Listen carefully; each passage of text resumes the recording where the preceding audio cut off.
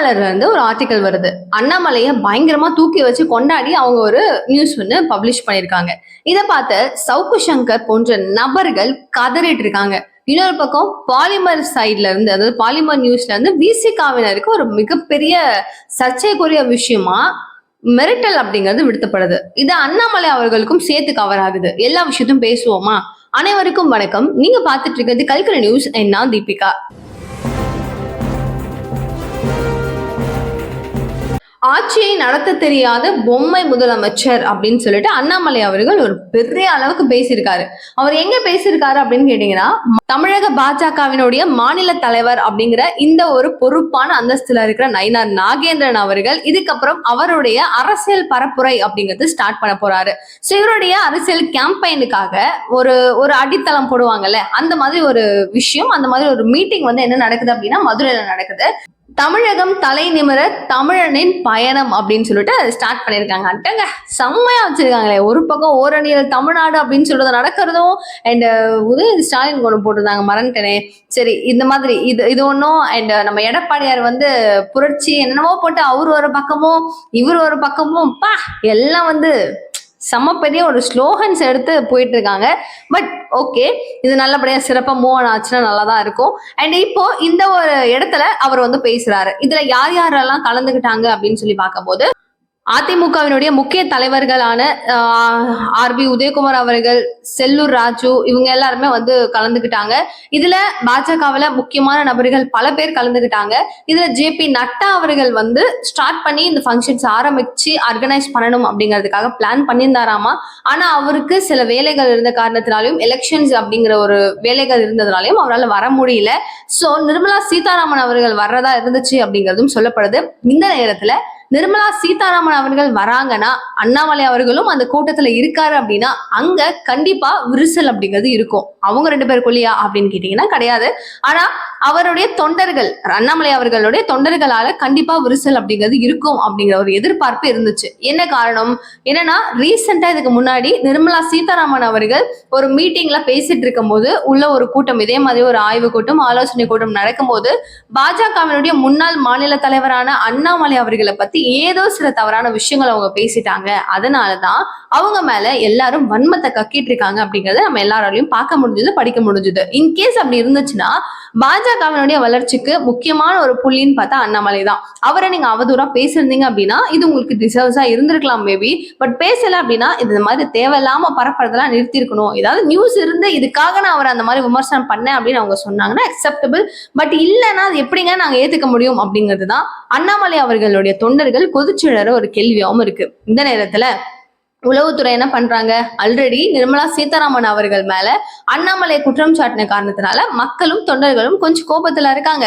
So இப்போ உடனே டெல்லிக்கு போன் பண்ணி தலைமை கிட்ட இந்த நியூஸ் போது உளவுத்துறை எல்லாம் சொல்லி, நீங்க இதுக்கப்புறம் வந்து ப்ளீஸ் நீங்க அனுப்ப வேண்டாம், இப்போதைக்கு அவங்க வர வேண்டாம், அங்க ஒர்க்கை பார்க்கட்டும், இவங்களே இதை மெயின்டைன் பண்ணிப்பாங்க அப்படின்னு சொன்னதுக்கு அப்புறமா தான் அண்ணாமலை அவர்கள் அங்க கன்ஃபார்ம் பண்ணிட்டு வராரு அப்படிங்கிறதும் சொல்லப்படுது.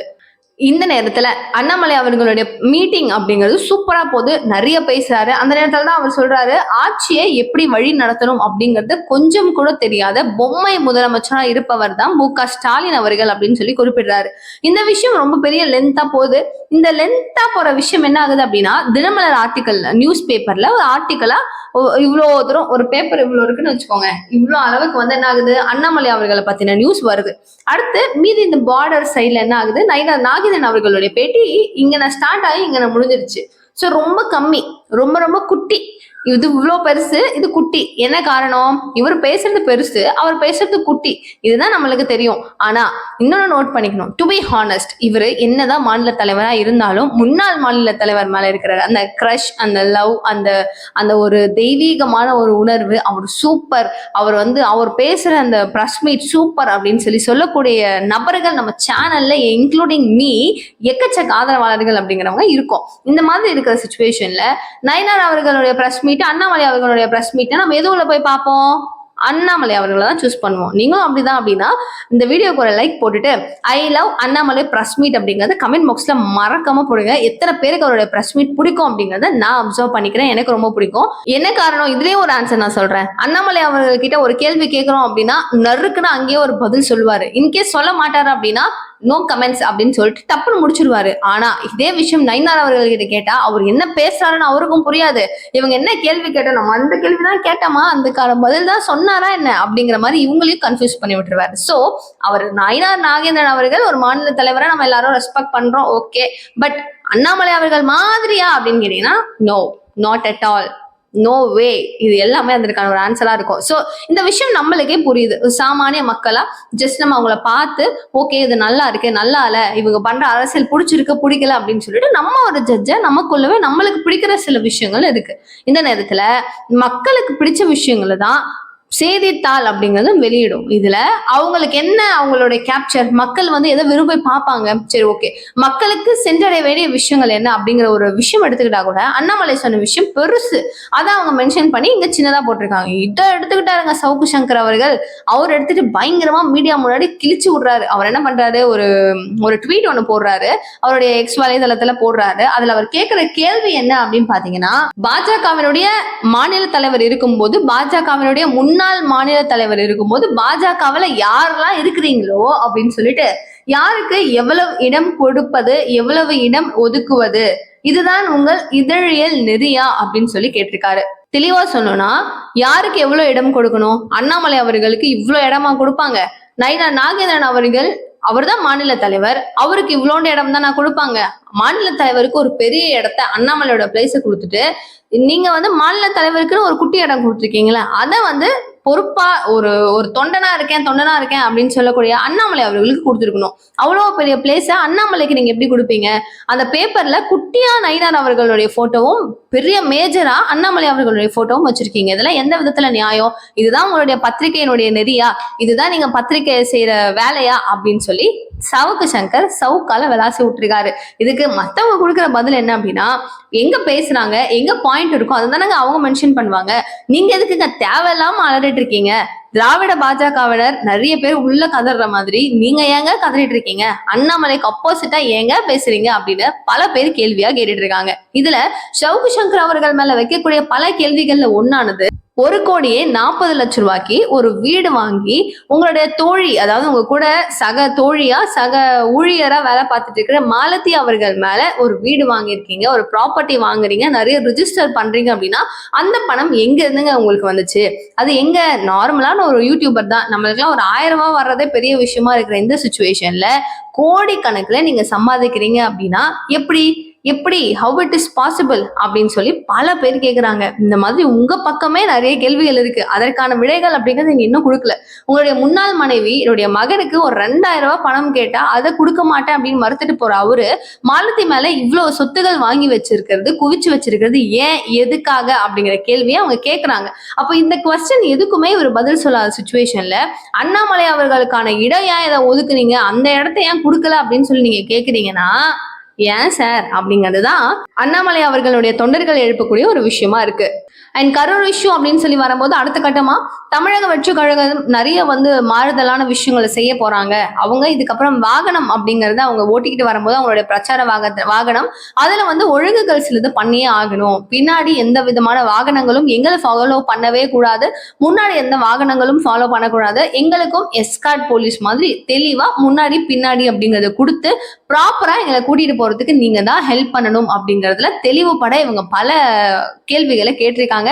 நிறைய எங்களுக்கு இப்படிலாம் வேணுங்க அப்படின்னு சொல்லி கோரிக்கைகள் முடித்திருக்காங்களாம். இது கூட புஷ்யானந்த் அவர்கள் தலைமறைவா ஆயிட்டு ரொம்ப நாள் கழிச்சு இப்ப திரும்பவும் அவங்களுடைய ஆபீஸ்க்கு போயிட்டு, கட்சி ஆபீஸ்க்கு போயிட்டு விஜய் அவர்களை சந்திச்சு ஆதவ அர்ஜுனா அவர்களை சந்திச்சுட்டு பேசிட்டு வந்திருக்கிறதாகவும் தகவல்.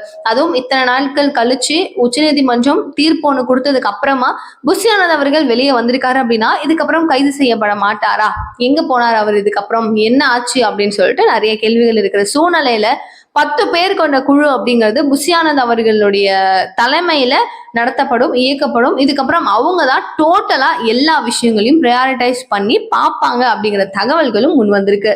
அண்ட் அக்டோபர் 17ஆம் தேதி இன்னும் ஒரு 2 தினங்கள்ல நம்ம விஜய் அவர்கள் கரூருக்கு விசிட் பண்ண போறதா அண்ணாமலை அவர்களே தகவல் கொடுத்திருக்காரு. ஸோ ஒரு மண்டபம் வந்து கேட்டிருக்காங்களாம். அந்த பிரைவேட் மண்டபம் அப்படிங்கிறது பாஜகவில் இருக்கிறவங்களுடைய மண்டபம் அப்படிங்கிறதுனால கால் பண்ணி அந்த மண்டபம் கொடுக்கலாமா அப்படின்னு சொல்லி கேட்டதுனால அதெல்லாம் பிரச்சனை இல்லை, உங்களுடைய மண்டபம் தனியார் மண்டபம், நீங்க யாருக்கு வேணும்னாலும் கொடுக்கலாம், அதுல என்ன பிரச்சனை இருக்கு, மண்டபம் கொடுக்கறது உங்களுடைய இஷ்டம், அங்க வந்து வர்றதுக்கும் பிரச்சாரம் பண்றதுக்கும் மக்களை சந்திக்கிறதுக்கும் எல்லா உரிமைகளும் விஜய் அவர்களுக்கு இருக்கு, எங்க இருந்து நடுவுல வந்தாங்க போலீஸ் அப்படிங்கிற பல கேள்விகளோட அண்ணாமலை அவர்கள் அவருடைய உரையை முடிக்கிறாரு. இதுல நம்மளுக்கு தெளிவா புரிஞ்ச ஒரு விஷயம் என்ன அப்படின்னா, அக்டோபர் 17ஆம் தேதி கரூர் வந்து விஜய் அவர்கள் வராரு. அந்த நேரத்துல பிரஸ் மீடியாஸ் எதுவுமே உள்ள அலவுட் கிடையாது. முழுக்க முழுக்க பாதிக்கப்பட்டவர்களுடைய உயிரிழப்பான 41 குடும்பங்களையும் சந்திச்சு எல்லாருக்கிட்டையும் இண்டிவிஜுவலா இவர் பேச போறாரு அப்படிங்கிறது தான் ஒரு தகவலாகவும் இருக்கு. என்ன நடக்க போகுது அப்படிங்கறத பார்ப்போம். விசிகாவினர் எல்லாரும் சேர்ந்து பாலிமர் சேனல், அதாவது பாலிமர் நியூஸ் என்ன பண்றாங்க, விசிகா வந்து எப்படி வந்து அந்த வண்டியை எடுத்துட்டு வந்து மோதினாங்க அப்படிங்கிறது ஜூம் பண்ணி ஓவர் டெலிகாஸ்ட் பண்ணிட்டாங்க. மக்கள் எல்லாருக்கும் உண்மை என்ன நடந்துச்சு அப்படிங்கிறது தெளிவா புரிய ஆரம்பிச்சிருச்சு. இந்த சூழ்நிலையில விசிகாவினர் எதுக்காகங்க எங்களுடைய வீடியோவை போட்டு இப்படி கிழிச்சிட்டு இருக்கீங்க அப்படின்னு சொல்லிட்டு மிரட்டல்கள் எல்லாம் கொடுத்ததாகவும் அவங்களே சொல்லியிருக்காங்க.